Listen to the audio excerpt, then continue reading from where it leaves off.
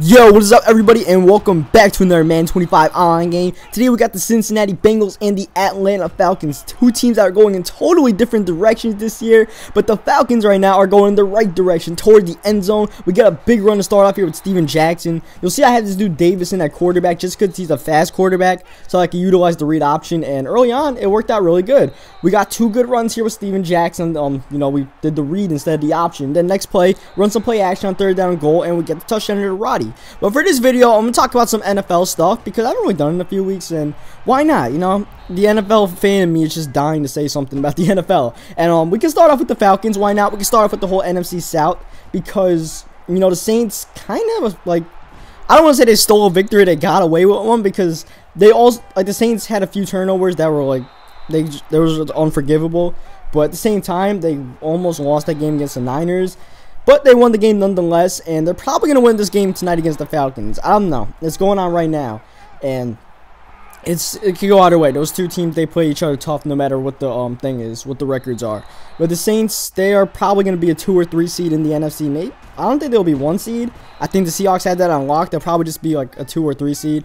But they're still a really, really good team nonetheless. And the Falcons, meanwhile, they're going the opposite direction. Offensive line has been a mess. Defense, they lost a lot of starters, and the replacements haven't been as good. They're not winning the close games, and even Matt Ryan himself is not Matty Ice. You know, you can't say the weapons are the only excuse for him. As you see, that's kind of a weird thing. I was throwing it to Julio Jones. For some reason, Steven Jackson tried to get the ball, and that kind of screwed up. And then I should have thrown an interception there. Thankfully, we got away with that. Though third down and 5, we don't get anything out of this. So we punt the ball away. But yeah, the rest of the NFC South, we all know what's going on with the Bucs. The Bucs are a mess. I'm not going to try to talk too much about losing teams because they're losing teams. We were ready to talk about the winning teams, right? The Bucs, they have too much problems going on. They're 0-8. And then the Panthers, the other team in the NFC South, I mean, this is one team I didn't expect to do well. Just because I figured, you know, Cam would want to be like a prima donna or something, try to be like superstar and make big plays. But Cam is toning it down. Cam's only, you know, trying to make the big plays when he has to. Otherwise, he's playing it smart and relying on his defense, which is beastly. Like, you know, Thomas Davis, Kuechly, Captain Munnerlyn. You thought Chris Gamble going away, their secondary would be bad, especially with the names they had. But Munnerlyn's playing great. Some of those other guys like Mitchell, they're having good seasons in the secondary. And their draft pick, I forgot his name, like Lotta Louis or something like that. The defensive tackle's been good. Charles Johnson and Greg Hardy are wrecking havoc in the middle. And the Panthers, they just look really, really good on defense. They're one of the best defensive teams. And, I mean, you can only do so much to stop Tom Brady. So you can forgive them if they're a little bit iffy, because Brady's got his weapons back. He's looking pretty good the last few weeks. But they still look good. And Asante Samuel is not. He gets, well, like, he breaks his press for the second time. Second time he lets a deep pass go by. And I just cannot press with Asante, because Asante is not the player to be playing press coverage. So note to self as we go down 10 points in this game. So that's the NFC South. Now, the Bengals are in the AFC North, which has turned out to be one of the weaker divisions in the NFL. Might be the weakest besides the NFC East. And, oh man, that was intended for Tony Gonzalez. And Matt Ryan kind of screwed that up. Thankfully, we got that guy. We're down 10, trying to make something happen here. And I think I actually benched Matt Ryan. Yeah, I benched Matt Ryan for Davis. Matt Ryan threw the interception. And I just said, screw it. I'm bringing Davis in for the rest of the game. Matt Ryan, take a seat on the bench. We don't need you. All right? I want my running quarterback. But, the Bengals, they haven't been playing too great, but the Ravens have surprisingly not been it. I know the Ravens let go of people, but they still have a pretty good defense. But the offensive line, just like the Falcons, offensive line has been an issue. Both the team's centers retired, ironically. But besides that, you know, McKinney got traded, and just a mess. I think one of their guards is on IR. Flacco hasn't been playing too good this season. Hasn't been playing like $100 million quarterback, you know. And you'll see my picks here for week 12. I'll let those go by. But yeah, Flacco hasn't been playing too great. Ray Rice has been like downright atrocious this season. I know he's been injured, but he and Bernard Pierce are getting nothing done in that ground game. The Steelers, no one expected them to be too good this season. They are 4-6, which is what you kind of expected. What you didn't expect is the fact that they're tied for second in the division at 4-6. Because you figured the Ravens and the Bengals would be duking it out, but Ravens haven't been doing too good. And the other thing you didn't expect was the Browns to be tied for second, because they're also 4-6. They're all in a 3-way tie there, and the Bengals are just going to win the division by default. You know, you wish you could get more out of Dalton. They had some injuries on defense to Atkins and Hall and stuff, but the division is just too weak. No one's going to challenge them. They're just going to cruise, get the division win, be a 3 seed or 4 seed, and potentially they can match up with Kansas City. And either Cincinnati or Kansas City could end up in the second round in the playoffs when you think neither of those teams would be able to if they play any other team in the playoffs. You know what I'm saying?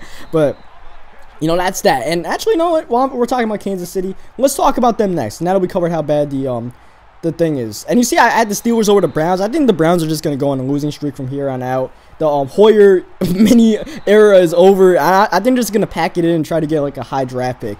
And the Steelers, they're probably still going to be trying to fight. They could probably win that game in Cleveland. But, yeah. So, the Chiefs lost to the Broncos on Sunday night. As you see, we made a nice comeback here. We're down 10, and we scored a bunch, like, what, 11 unanswered points? No, 14 unanswered points.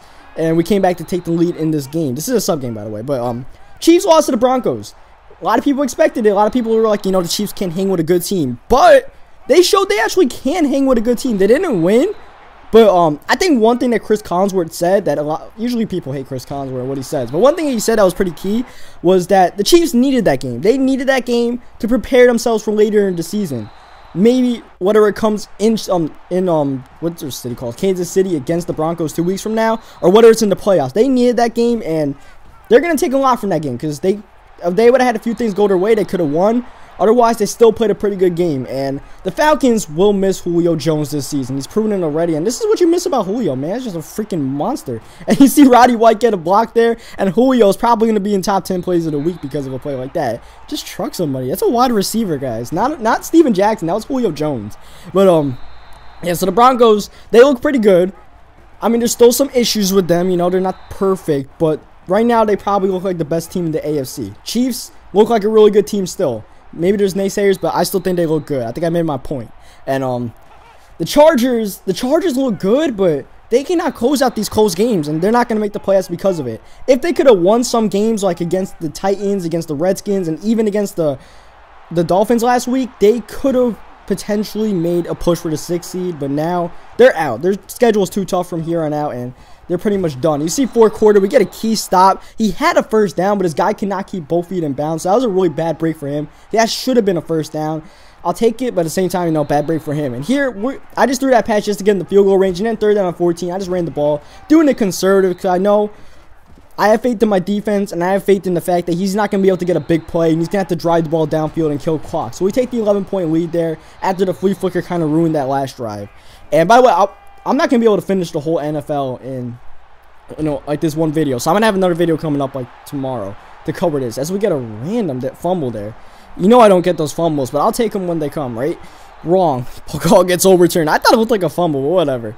And the last team, the Raiders. The Raiders, Matt McGoin. I didn't really watch much of that game. I didn't watch much of the NFL last week, besides like primetime games and stuff like that. So I don't really know what happened with Matt McGoin, but apparently he played pretty well in place of Pryor, who has some knee issues. So the Raiders just play it week by week. There's no long-term answer for the Raiders anywhere on defense, offense. There are no long-term answers for the Raiders, and they just need to find some long-term answer. Maybe, I don't know what the GM's plan is, but I mean, right now these cast-off players, they can only do so much. And eventually, you know, they're going to have to hit on something in the draft. You see my dude go flying as we hit the 2-minute warning.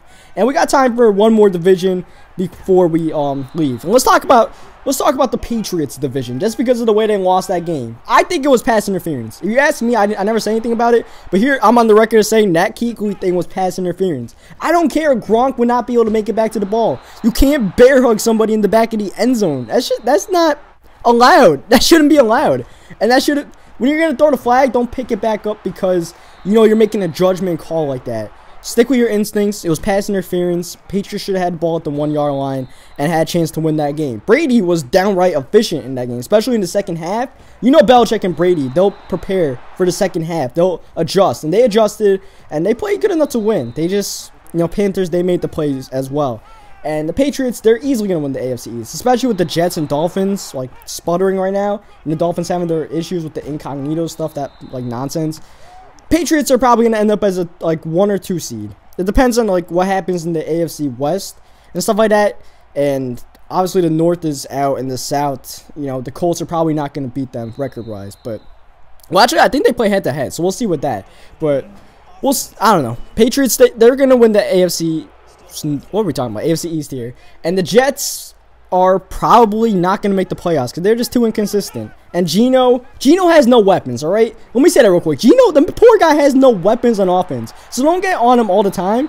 But at the same time, Geno is a rookie, and he's making a lot of rookie mistakes. As this game's coming to a close, the Dolphins, they still have a shot at making the playoffs here.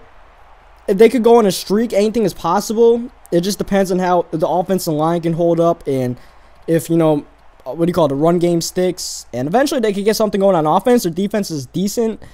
They have a shot at making the playoffs. Don't count them out because of the whole Jonathan Martin nonsense. And then the other team, the Bills, they're a scrappy team. They'll probably upset like one more team for the year is done, then lose the rest.